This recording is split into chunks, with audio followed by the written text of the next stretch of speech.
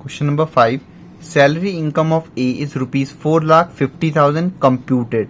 यहाँ भी computed word दिया हुआ है, इसका मतलब ये इनकम फ्रॉम सैलरी है, यानी कि सैलरी, ये ग्रॉस सैलरी जो भी आया होगा उसमें से स्टैंडर्ड डिडक्शन और भी जो सारी चीजें लेस करते हैं वो सब कुछ लेस होके तब ये लिखा हुआ है अमाउंट। ठीक है, तो ये है इनकम फ्रॉम सैलरी, और उसके बाद और कोई हेड नहीं है, इसलिए यही हो जाएगा ग्रॉस टोटल इनकम। ठीक है, अब आगे देखते हैं। ही डिपॉजिटेड ₹20,000 इन पीपीएफ यानी कि पब्लिक प्रोविडेंट फंड, तो ये 80C में क्वालिफाई होगा। उसके बाद ₹25,000 इन आरपीएफ रिकॉग्नाइज्ड प्रोविडेंट फंड, ये भी क्वालिफाई होता है। 80C जब मैंने पढ़ाया था तो हम लोग इस हेडिंग से पढ़ते हैं, deduction in respect of life insurance premium, provident fund except unrecognised provident fund. तो अनरिकॉग्नाइज्ड प्रोविडेंट फंड को छोड़ के सारे प्रोविडेंट फंड इसमें क्वालिफाई होते हैं। तो ये recognised provident fund, public provident fund, ये सब कुछ 80C में क्वालिफाई होगा। दूसरा, and purchase NSC 8th issue ₹15,000, तो ये भी 80C में क्वालिफाई होता है। तो ये तीनों के तीनों 80C में क्वालिफाई होंगे। ठीक है, अभी हमने सिर्फ ये देखा है कि 80C में आ रहे हैं कि नहीं, तो हाँ आ रहे हैं। अभी अमाउंट वो जो लिमिट होती है उसके अकॉर्डिंग चेक करेंगे। दूसरी चीज, अगर 80C केवल अकेले होता तो अभी ही हम लिमिट चेक करते, लेकिन पहले हम देखते हैं क्वेश्चन में कहीं 80CCC या 80CCD सबसेक्शन 1 तो नहीं दे रखा है, क्योंकि अगर अकेले दिया है इन तीनों में से कोई सेक्शन तो अकेले इनका लिमिट 1,50,000, लेकिन अगर कंबाइन भी दिया हुआ है तो इन तीनों का कंबाइन मिला के भी 1,50,000 ही मैक्सिमम लिमिट होगा। तो आप देखो यहाँ पे ये हो गया 80C, उसके जो सेकंड वाला है ना ये 80CCC से रिलेटेड है। ही deposited ₹20,000 in the pension fund of LIC of India. तो अगर किसी भी इंश्योरेंस कंपनी को आप कोई भी वहां से ऐसी पॉलिसी करवाते हो कि जिससे आपको पेंशन मिले रिटायरमेंट के बाद, तो पेंशन फंड के लिए, तो ये हो जाता है 80CCC में। ठीक है, 80CCC यही कहता है, deduction in respect of contribution to certain pension fund. तो यहाँ पेंशन फंड वाले की बात है, इसलिए ये 80CCC में आ गया।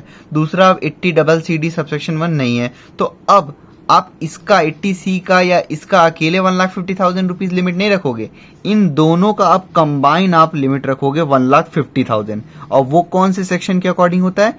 80CCE ये बात कहता है कि 80C, 80CCC, 80CCD सबसेक्शन 1 इन तीनों का मिला के 1.5 लाख से ज्यादा नहीं होना चाहिए। तो 20,000 प्लस 25,000 प्लस 15,000, ये आप करोगे, ये हो गया 20,000 प्लस 25,000 प्लस 15,000, ये हो गया 60,000, और ये 20,000 ये 80CCC वाला, तो ये टोटल हो गया 80,000। अब इन दोनों का मिला के भी 1,50,000 को पास नहीं कर रहा है, इसलिए ये दोनों ही के दोनों क्वालिफाई होंगे। ठीक है, आगे, he paid interest ₹20,000 on the loan taken from a financial institution for his higher education and loan installment ₹25,000। तो ये जब कभी भी कोई पर्सन अपने लिए या फिर अपने स्पाउस, चिल्ड्रन के लिए लेता है, या फिर उसके लिए जिसका वो लीगल गार्जियन हो, अगर पढ़ाने के लिए या पढ़ने के लिए वो लोन लेता है, एजुकेशन लोन लेता है, ठीक है, हायर एजुकेशन के लिए, तब फिर इंटरेस्ट से रिलेटेड डिडक्शन मिलता है। ठीक है, तो ये 80E है, deduction in respect of interest on loan taken for higher education. अगर खुद के लिए भी लिया गया है तो भी अलाउ होगा।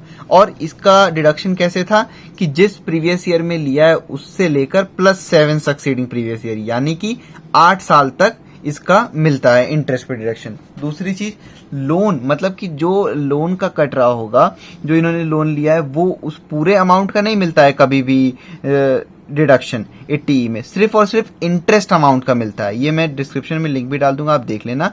तो यहाँ पे आप देख रहे होगे 20,000 रुपए इंटरेस्ट कट रहा है और लोन इंस्टॉलमेंट जा रहा है 25,000 रुपए। तो ये जो लोन इंस्टॉलमेंट जा रहा है इससे रिलेटेड कोई डिडक्शन नहीं मिलेगा, लेकिन ये जो इंटरेस्ट कट रहा है, तो जब कभी भी किसी फाइनेंशियल इंस्टीट्यूशन से अपने लिए या वाइफ के लिए या चिल्ड्रन के लिए हायर एजुकेशन के लिए लोन लिया जाता है, तो उसके इंटरेस्ट से रिलेटेड डिडक्शन मिलता है, और वो मिलता है 80E में।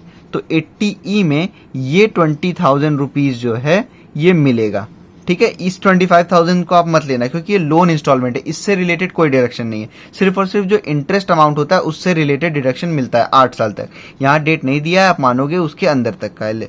तो ये 20,000 रुपीज 80E में आप लिख के लिख देना।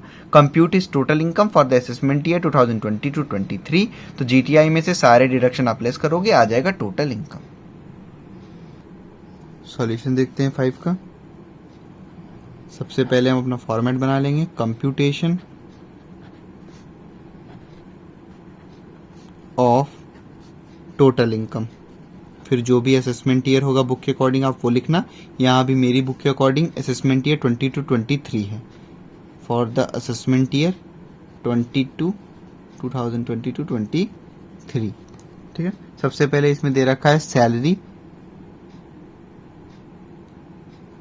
4,50,000 रुपीज़। तो इनकम फ्रॉम सैलरी ये दे रखा है, ठीक है। तो आप इसमें से स्टैंडर्ड डिडक्शन लेस मत करना, ये ऑलरेडी लेस करके दिया है। कंप्यूटेड वर्ड दे दिया, इसका मतलब ऑलरेडी कैलकुलेट हो रखा है।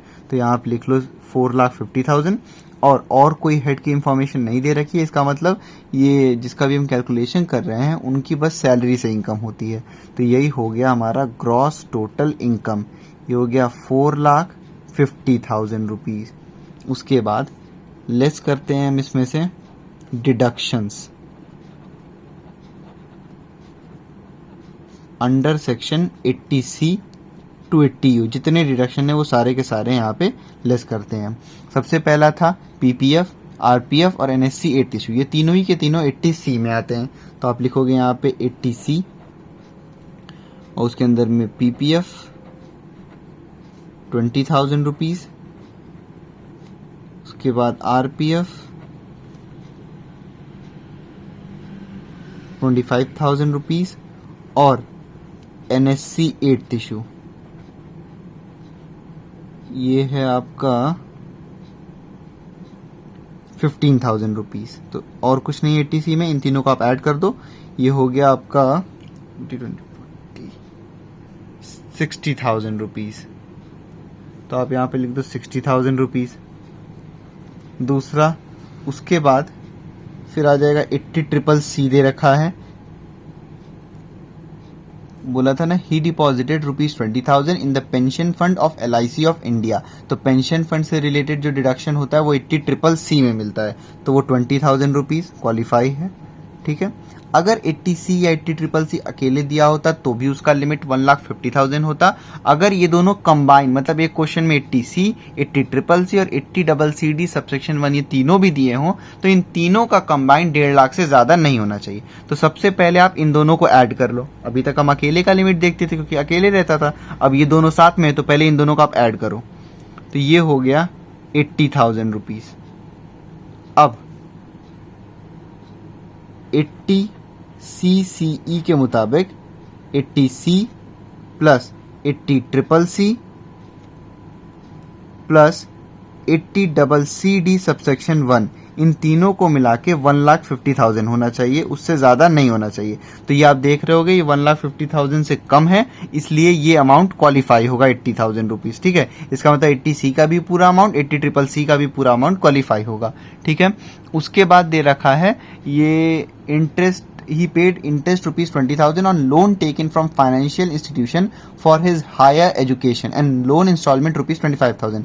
तो अगर हायर एजुकेशन के लिए कोई भी लोन लिया गया है तो उसके इंटरेस्ट से रिलेटेड डिडक्शन मिलता है 80E में, लेकिन लोन के अमाउंट से रिलेटेड डिडक्शन नहीं मिलेगा, सिर्फ और सिर्फ इंटरेस्ट से। तो ये जो लोन इंस्टॉलमेंट लिखा हुआ है ₹25,000, इससे कोई मतलब नहीं, सिर्फ इंटरेस्ट वाले अमाउंट से आप मतलब रखो 20,000 रुपीज़।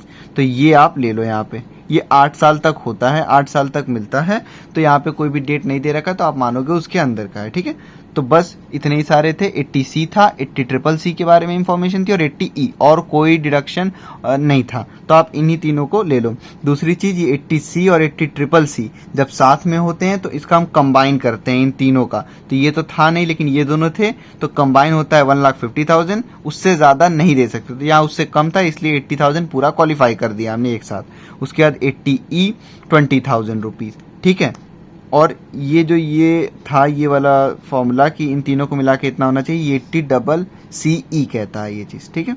अब इन दोनों का आप ऐड करके आउटर कॉलम में लिख दो, ये हो गया 1,00,000 रुपीज़, और इसको आप लेस करो 4,50,000 में से, जो कि ग्रॉस टोटल इनकम है, तो ये आ जाएगा 3,50,000। ये हो गया टोटल इनकम।